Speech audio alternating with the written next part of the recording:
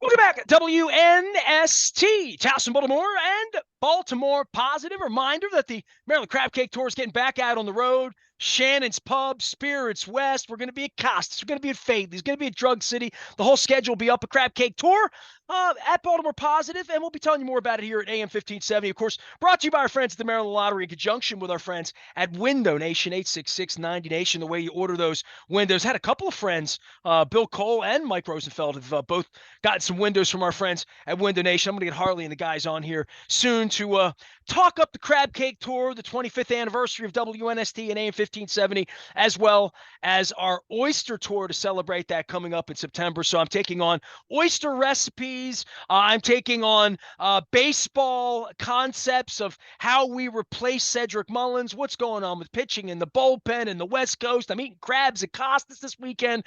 But Luke still has football on the brain. And Luke, before we even get to football, because I know we're going to do that, but I want to talk about the Baltimore jerseys and as it relates to the Ravens and as it relates to jerseys and as it relates to black jerseys and the black out of the Ravens and the Free the Birds jerseys being stolen by these Nike jerseys that just say Baltimore on the front. And then they go out and they play like Greg Olson did in 91, like where they need to import Chris Sale in here to cut them in half ceremoniously.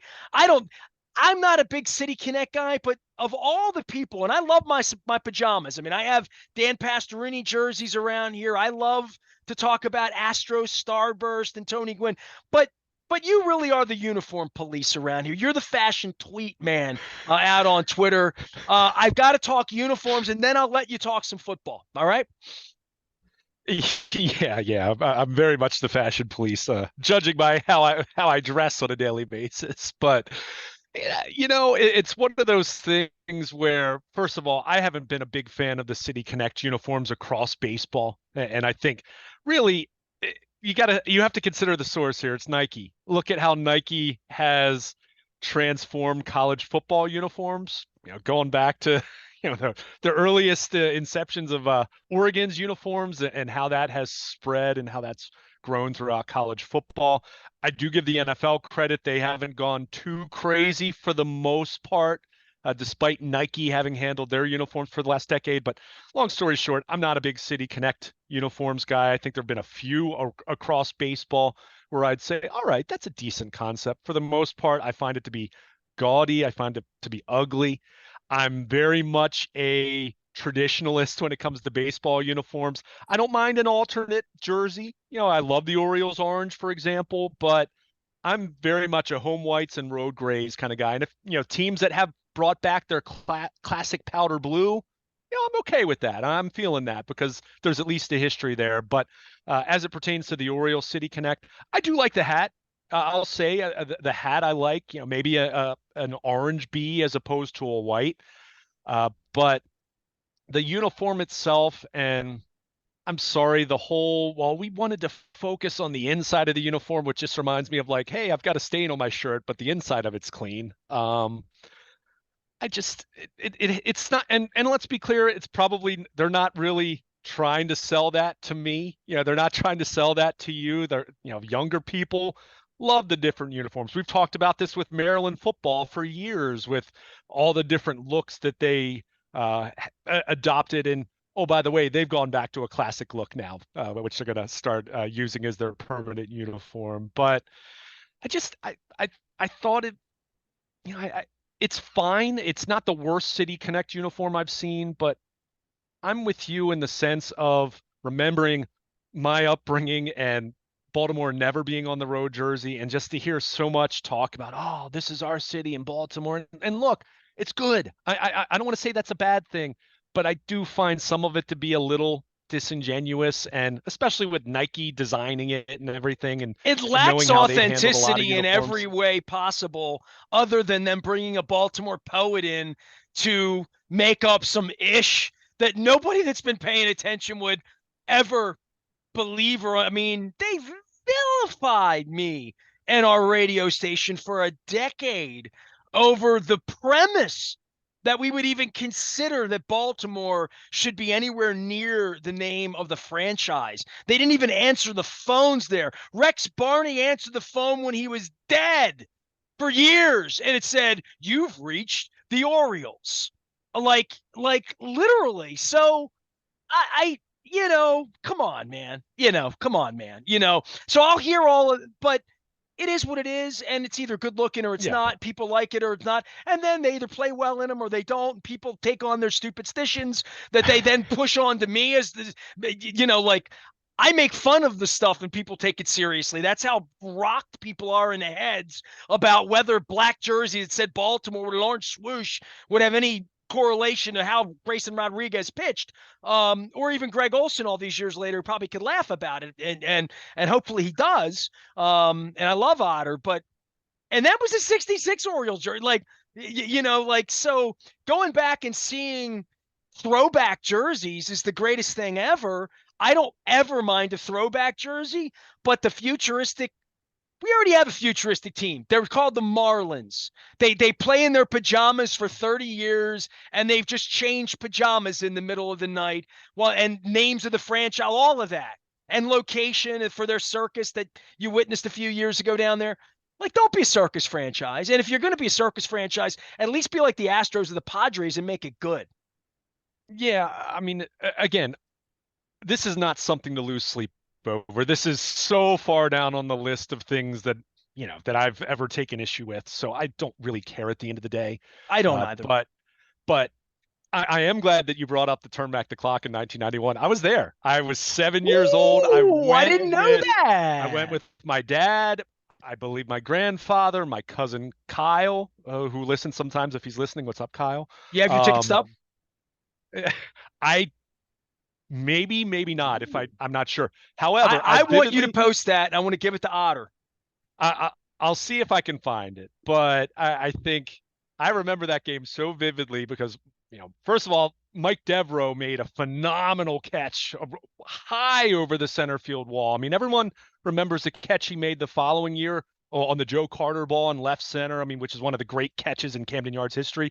The catch he made in 91 wearing that classic 66 uniform was outstanding. But it's so funny that you brought that up because I was thinking the same thing on Friday night as Grayson Rodriguez is getting knocked around and it's ugly and gives up the grand slam and everything. And I'm just thinking, boy, is he going to do what Greg Olson did, which was throw his entire uniform, including his spikes, in the trash after the game?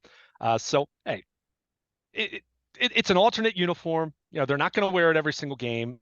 It's fine.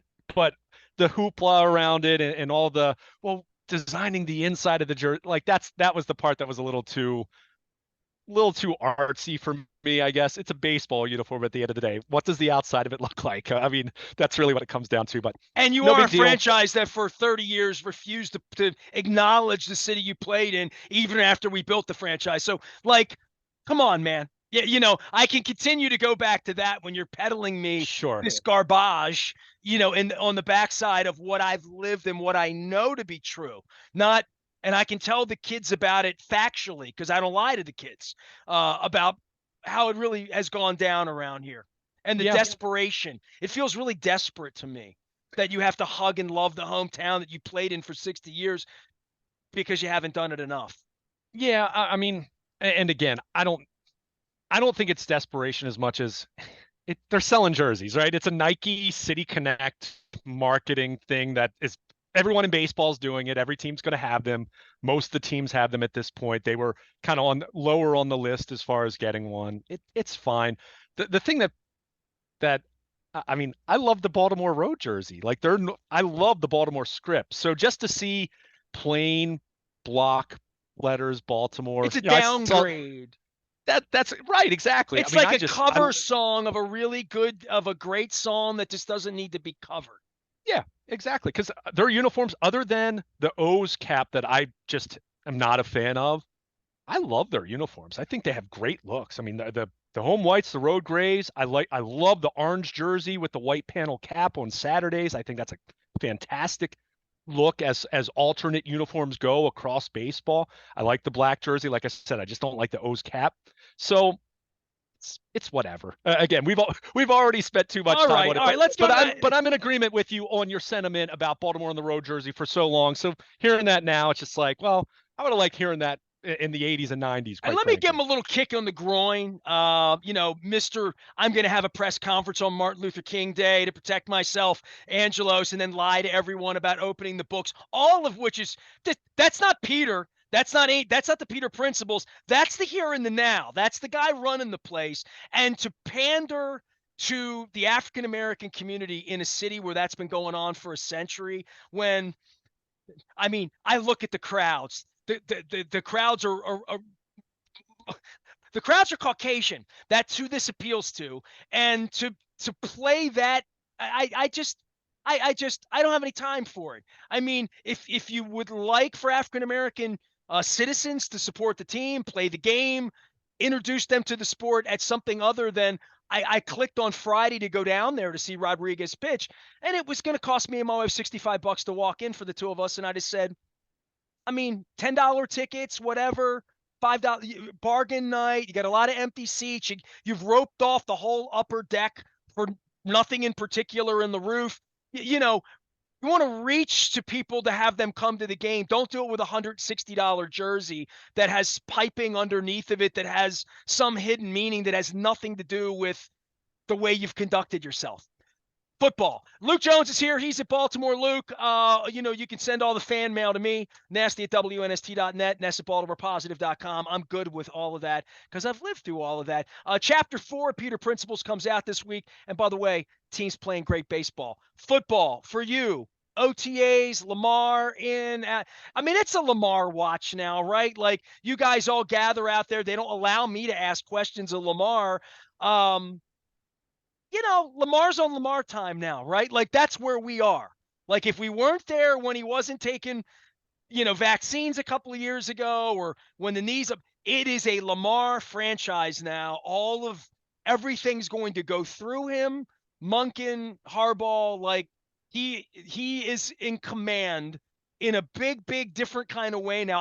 I felt that at the press conference, like the air's out of the tire from a pressure standpoint. But now they got to go, like, play and win, do things that they still have never done, quite frankly. And it's a real work time out there, right? Like, they're having a good time and everybody's happy, but it's a time to, like, really install relationship, right? Yeah, it is. And really, the focus is no longer on the business side, obviously, because he signed and he's under contract for 5 years. His status is not even in question for at least a few of those years in terms of, the finances and all of that. So he's there. So the focus returns to the field. And this is a Ravens team that has a great deal of potential. You look at the upside on the offensive side of the football and throwing the ball and upgrades at wide receiver, and it's all sitting there, but you put in the work. So it's great to see Lamar at OTAs last week, and he confirmed, his intentions are to be there for the rest of OTAs, which is what you expect out of your franchise quarterback, who's no longer in question in terms of his long-term status or any business concerns or anything like that, as he was dealing with last year, as we talked about at ad nauseum. So it's time to focus on football. There's nothing that terribly pressing going on in late May and early June, but you are laying the foundation. So it was good to see him out there. He walked back his 6,000-yard comment a touch, which that was a tongue-in-cheek thing anyway, that I think way too many people got too fired up about one way or the other. But he acknowledged, hey, yeah, the expectation is he's going to be throwing the football more than he has in the past. The expectation is he's going to run the ball less than he has in the past. That doesn't mean that they're the most pass-happy team in the league. I don't think they're going to be anywhere close to that, but I think you're going to see a much more balanced offense. And they invested at the wide receiver position to do that. So we're going to see how it plays out. I don't think we're going to get any earth-shattering type observations this time of year, as I wrote in my latest 12 Ravens thoughts at BaltimorePositive.com. OTAs, it's not terribly competitive. The young guys, they're competing, right? They're trying to, guys that are on the bubble and guys that are undrafted, they're doing everything they can. But the older guys, they're out there putting in their work, but they're also taking care of each other. You hear coaches say multiple times during these practices, take care of each other. So that's where I caution. Observations are fun. I do them just like anyone else that's out there, but I remind everyone that there's not a whole lot going on right now that is extraordinarily consequential, other than, and we talked about this a little bit when you and I were talking about Cedric Mullins, to on the heels of his injury, other than an injury this time of year. So that's where you want guys to, yeah, put in the work, but also take care of each other. So, it's fun to see this offense look different. I certainly expect more three wide receiver sets than we saw under Greg Roman. I expect more spread. I expect them to try to use the width of the football field and try to lighten up the opposing defense's box in trying to run the ball and things of that nature. So I think that's going to look different. But at the same time, as I've said from the moment that we started talking about Todd Monken as an offensive coordinator candidate for the Ravens way back in January and February, go look at his Georgia offenses. They ran the ball and they featured tight ends prominently. So those Greg Roman principles, while I think they won't be emphasized quite as dramatically, they're not going away either. So that's where you let this thing evolve. They're figuring out now, what are you going to do well? What are you going to do not quite as well? What do we need to work on? What do we need to augment? What do we maybe need to eliminate between now and the start of the season? That's what you do with an offense, especially when you're installing something that's new.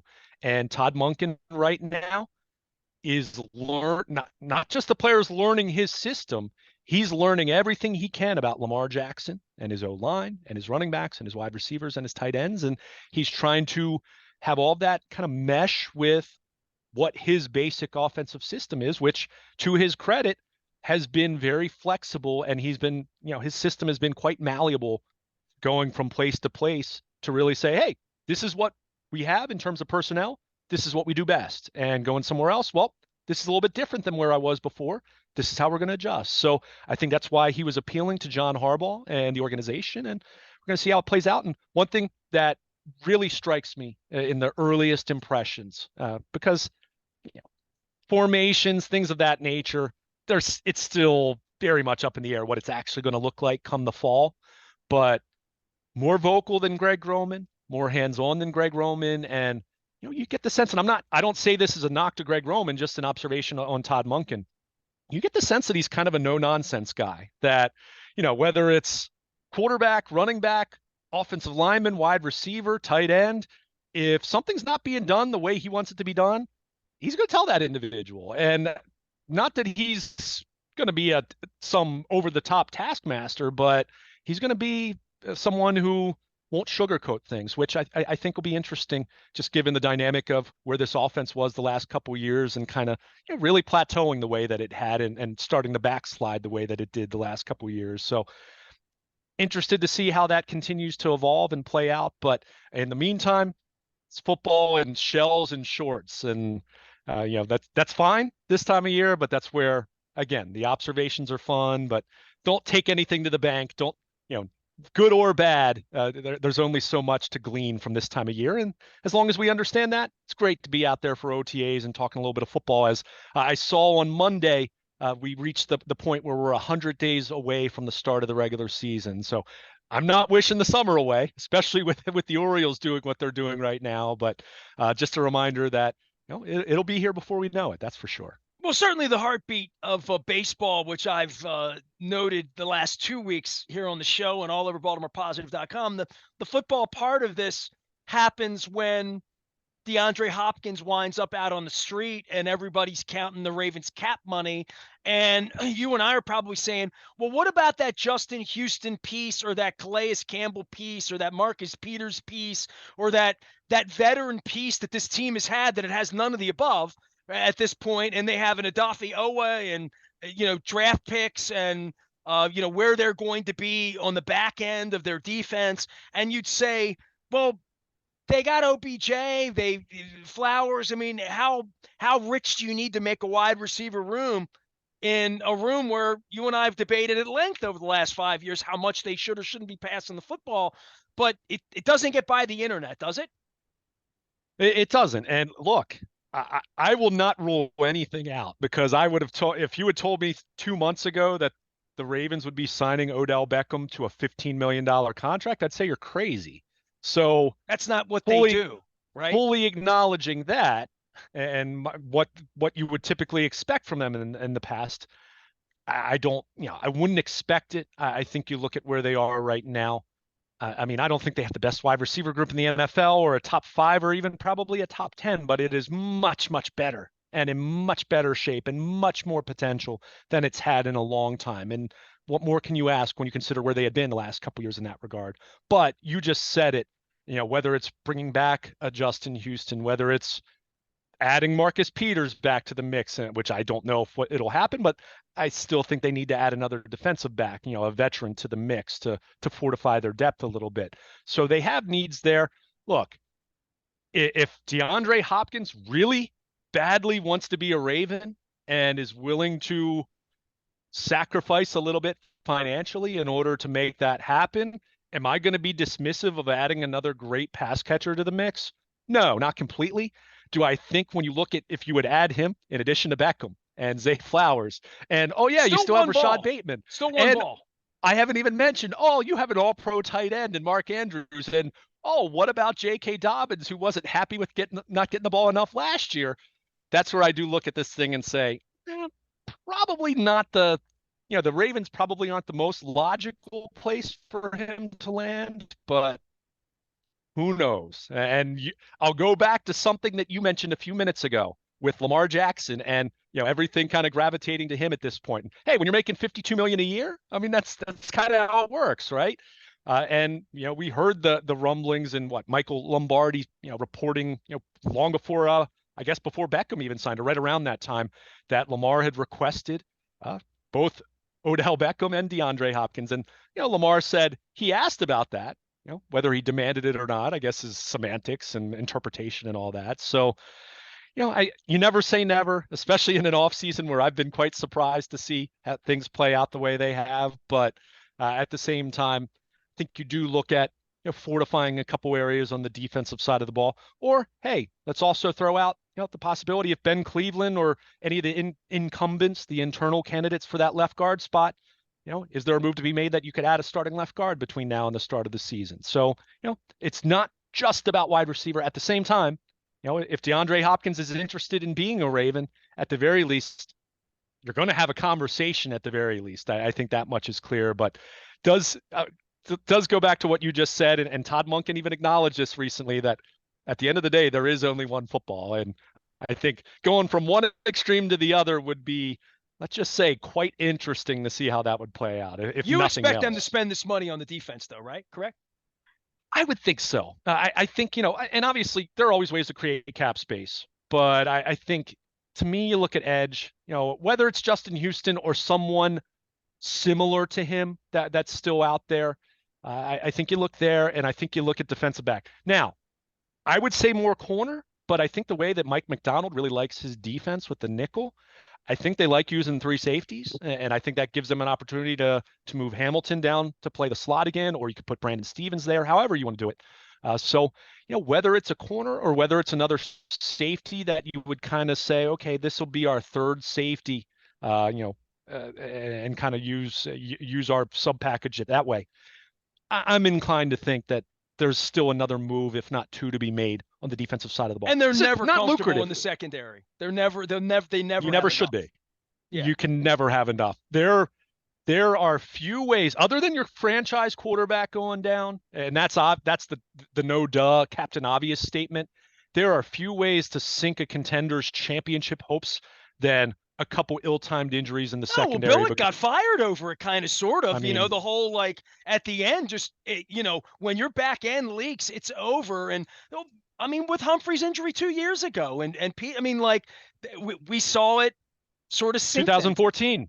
Yeah, 2014. I mean, they had 2 touchdown leads in New England, and their defense, they couldn't stop Tom Brady in that Patriots passing game. They just couldn't. So, you need the horses in the secondary, and I think the Ravens, I think they're in good shape, but could it be better between now and the start of the season? I think there's another move or 2 to potentially be made there come August and September. All right. Well, Luke will be monitoring it all while eating hot dogs and staying up late with the Orioles this weekend as the Birds travel to San Francisco. That should be a treat. I'm looking for some crabs at Costas over the weekend. I have not had my first crab, but I've had a lot of crab cakes. Maryland Crab Cake Tour's back out on the road. We're coming to Spirits West.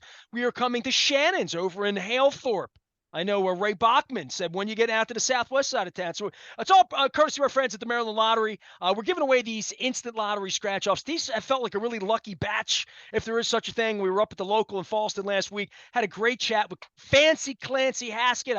I actually picked up a Fancy Clancy at Drug City at the liquor store. Didn't bring the Orioles good luck over the weekend, but it will in the future. I feel like whenever I drink that Fancy Clancy, it's gonna something special is gonna happen. Jay Ellenby telling stories of me running in my underwear through the streets. All of it brought to you by our friends at Window Nation, 866-90 Nation. Taking us out on the road. We're going to be at Pappas. We're going to be at Costas. We're going to be at Drug City. And we're also going to be down at Costas to start the beginning of the 25th anniversary. That's on August 3rd, August 4th in Dundalk. We have a whole summer ahead. Luke's got a whole summer ahead of baseball and a little bit of football as well. I am Nestor. We are WNST, AM 1570, Towson, Baltimore. And we never stop talking Baltimore positive.